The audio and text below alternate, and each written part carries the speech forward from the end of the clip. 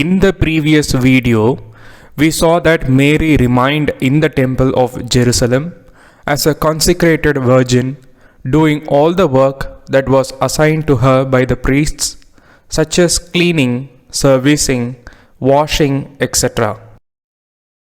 When she had come to her 14th year, the high priest announced to all that the virgins who were reared in the temple and who had reached the age of their womanhood should return to their own and be given in lawful marriage. The rest obeyed the command, and Mary alone answered that this she could not do, both because her parents had dedicated her to the service of the Lord, and because she herself had owed her virginity to God. The high priest was perplexed at this, because on the one hand he could not forbid the fulfillment of a vow, and on the other he dared not admit a practice which was unwanted in the Jewish nation. When the elders were consulted at the next feast of the Jews, all were of opinion that, in so doubtful a manner, they should seek counsel of the Lord. They all therefore joined in prayer, and when the high priest went in to take counsel with God, a voice came forth from the oratory for all to hear, and said that of all the marriageable men of the house of David who had not yet taken a wife, each should bring a branch and lay it upon the altar, that one of the branches would burst into flower, and upon it the Holy Ghost would come to rest in the form of a dove, according to the prophecy of Isaiah, and that he to whom this branch belonged would be the one to whom the virgin should be espoused. But nothing as such took place, though all of them who had come placed the branches on the altar. Wherefore the high priest again took counsel with the Lord, who said that he to whom the virgin should be espoused had not come. As Joseph was living a celibate life in a secluded place, nobody could find him. Finally, after much search, they found him, explained to him the situation, and brought him to the temple as per the direction of the high priest. Joseph also agreed, as only if the branch blooms, he has to marry, otherwise not. He was also ready to know the Lord's will. Joseph was asked to place a branch upon the altar, and straightway it burst into bloom, and a dove came from heaven and perched on the branch, whereby it was manifest to all that the virgin was to become the spouse of Joseph. Joseph, who wanted to be celibate all his life for God, and Mary, who had vowed her virginity to God, both accepted each other under the belief that the decision of the priest is the decision of God. We had already seen in the earlier video the betrothal and the wedding of Mary and Joseph. In the video, Life History of Joseph Part 2.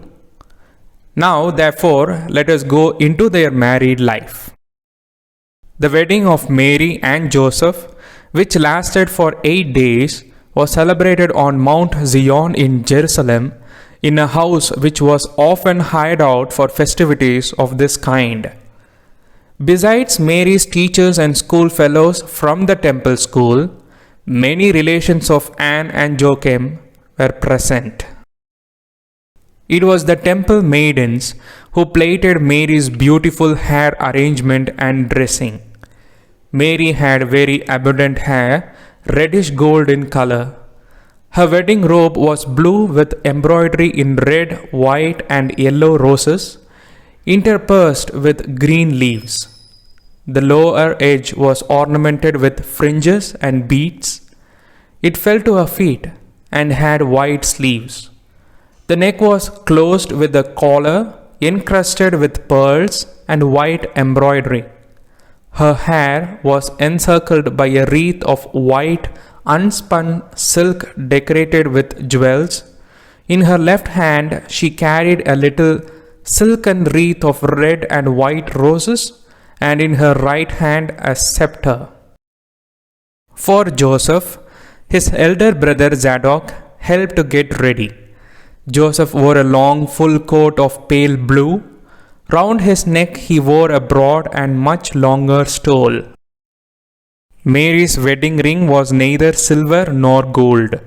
It was thick and dark iridium, with little regular triangles.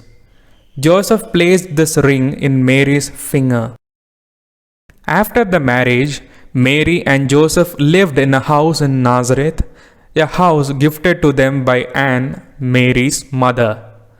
During this time period, Mary's homeland was occupied by the Romans. It was a difficult life under Roman rule, filled with violence and poverty. Mary was a peasant. It was a very hard life with heavy work. Most women and many men were illiterate. They eked out their living through agriculture and small commercial ventures like carpentry. This group made up 90% of the population and bore the burden of supporting the state and the small privileged class. Their life was grinding with a triple tax burden to Rome, to Herod the Great, and to the temple, to which traditionally they owed 10% of the harvest. Like most people at that time, they lived in an extended family unit where 3 or 4 houses of 1 or 2 rooms each were built around an open courtyard in which relatives shared an oven, a cistern, and a millstone for grinding grain, and where domestic animals also lived. Mary, on the average, spent 10 hours a day on domestic chores like carrying water from a nearby well or stream, gathering wood for the fire, cooking meals, and washing utensils and clothes. Mary is generally dressed in a tunic of undyed wool. Hands and fingers roughened from years of work. The whole village would help out in times of planting, weeding, gleaning, picking. Her face was burnt brown, lined and worn by the sun and hard work. As a peasant woman, Mary was capable of walking the hill country of Judea while pregnant, of giving birth in a stable, of making a 5-day journey on foot to Jerusalem once a year, of sleeping in the open country like other pilgrims, and of engaging in daily hard labor at home. She had a robust physique in youth and even in her later days. Her daily life and labor were hard. With Joseph, she raised Jesus in oppressive circumstances, struggling to pay the taxes by which the rich became richer at the expense of the poor. Mary's experience ranked far beyond the confines of the little village Nazareth. Mary had the ability to take swift and decisive action. She makes the decision with haste to visit her cousin Elizabeth in the hill country of Judah. She traveled to Bethlehem for the census and after that to Egypt. Every year, Joseph and Mary went up to Jerusalem. She went to Capernaum with Jesus and his disciples and was back again in Jerusalem for the fateful days of the Passion. We also hear that she was in the upper room with the apostles, united in prayer. Mary is a prayerful Jewish woman, followed the practices set by Jewish law and religion. She celebrates, she suffers, she observes, she prays, she treasures things in her heart and reflects on them. Our next video will be on the family life of Mary.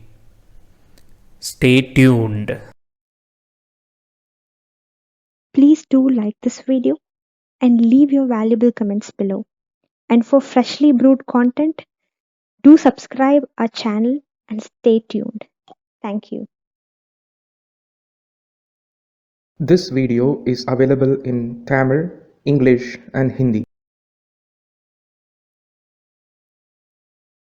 Please subscribe to this channel And don't forget to hit the bell icon for further notifications.